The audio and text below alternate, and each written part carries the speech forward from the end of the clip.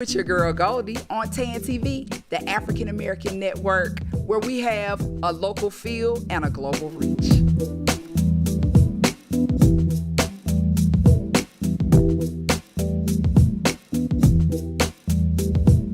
And welcome back to the Coffee Break with your girl Goldie. Today we are talking to Judge Stephanie Boyd. Judge Boyd, how are you? Great. It's so fabulous to be here, and I love the studio. Thank you. Well, we try. You know. Guys are doing great. Judge Boyd, first of all, congratulations on everything that you have accomplished up until this point. You are, at this point, district judge, Yes. correct? Yes. Nice. What did it take? Please, in a nutshell, what did it take to get to that point in your career? It took a long time, and I know sometimes people think that you just appeared, right? But of course it took the education part, and it took me, and my mom and my grandmother helped me with this, it took me staying on my path. You can't get thrown off your path. If there's something you want to do, you just have to say, don't get distracted. Yeah. Don't get distracted by the commercials or the noise. Stay on your path. So I ended up obtaining my bachelor's degree in political science. Then I got my MBA, and then I got my Juris Doctorate here in San Antonio from St. Mary's University School of Law. Nice. Yes. Nice. Oh my God. Are you originally from San Antonio? No, I'm originally from a small little city called Shreveport, Louisiana. Okay. Yeah. Okay. Nice. And the funny thing about Shreveport, because everyone expected me to be 100% a Saints fan. I do love the Saints. Well, now that does come with that. Yes. But Shreveport is the northernmost part of Louisiana. So when I was growing up, we actually didn't get Saints football games unless they were playing the Cowboys. Oh, okay. And any gas station you went to, they had the Cowboys glasses. You could get a set of glasses if you filled up. And so my mom has all the Cowboys championship glasses in her house. Oh, wow. Yes. Okay. Now, I heard that your first job was going door to door selling Christmas cards. Is this true? Yes, it is. Didn't everybody do that in the 70s? You would order from the magazine, and they would send you cards. And you would go door to door and take people's orders, and then you would get the cards in the mail, and you would deliver them. And you would get probably about $4 for each pack that you sold. But that made for a lot of candy. Right. So it was great. Didn't have to ask mom for money for candy because you get it from selling Christmas cards. Nice. Awesome. And now we have the election coming up. Yes. November the 8th. Yes. And you are running for which office? I'm running for re-election for the 187th District Court. Okay. If you live in Bexar County, you can vote for me. Nice. Please. People always say, 187th, what district is that? But that's just the number, the order in which the court was created. So I'm the 187th court in Texas. But early voting, I always tell people, don't save it for election day because you never know what's going to happen. Maybe there's going to be a storm. Maybe we'll have another snowmageddon. So early voting is October 24th through November 4th.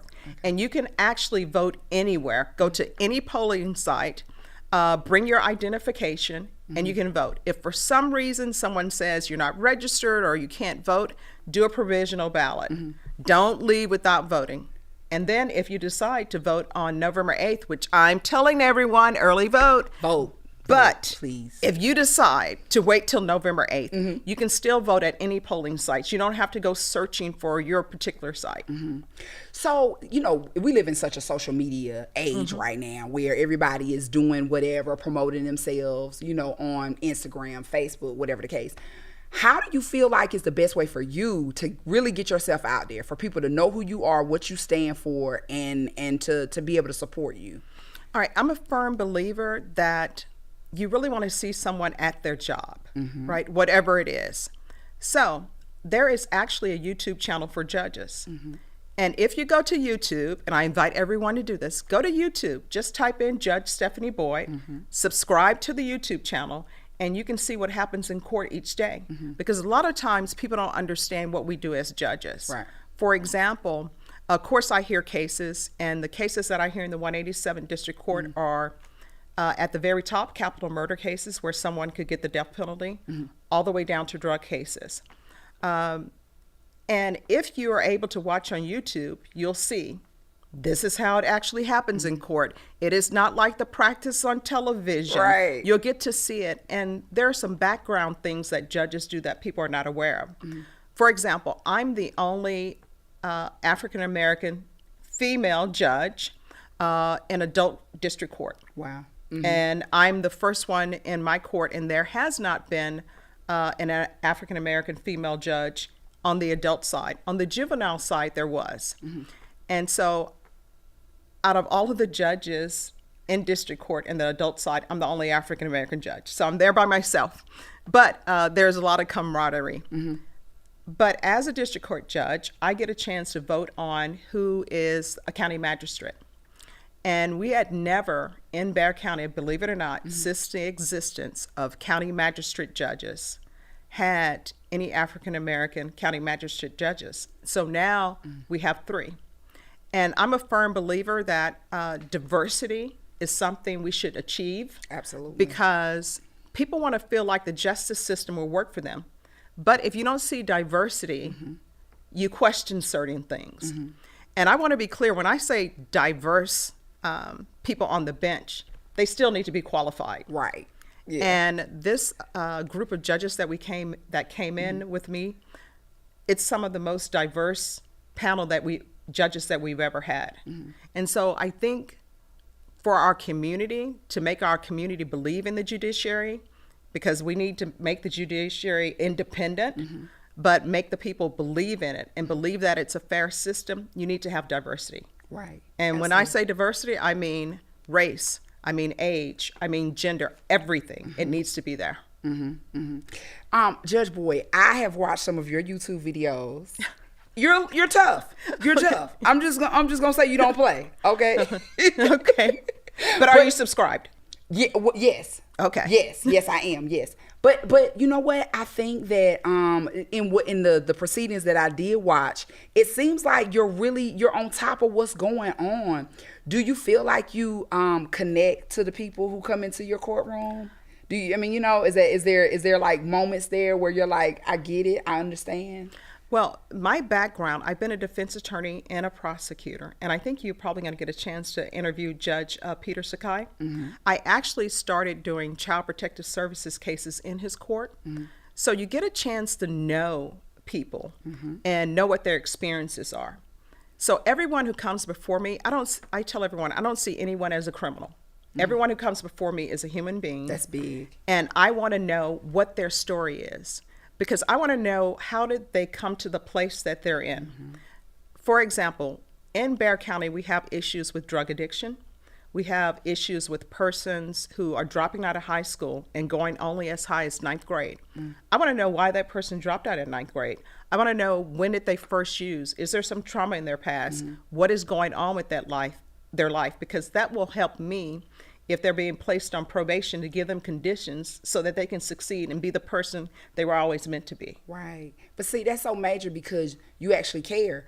You have a heart for what that person's been through. I feel like most times when people go to court, the judge, in general, may or may not care about like their life or what got them to that point. Do you share with me during break a story about some of the young ladies in the community who came to see you? Yes. Tell us a little bit about that.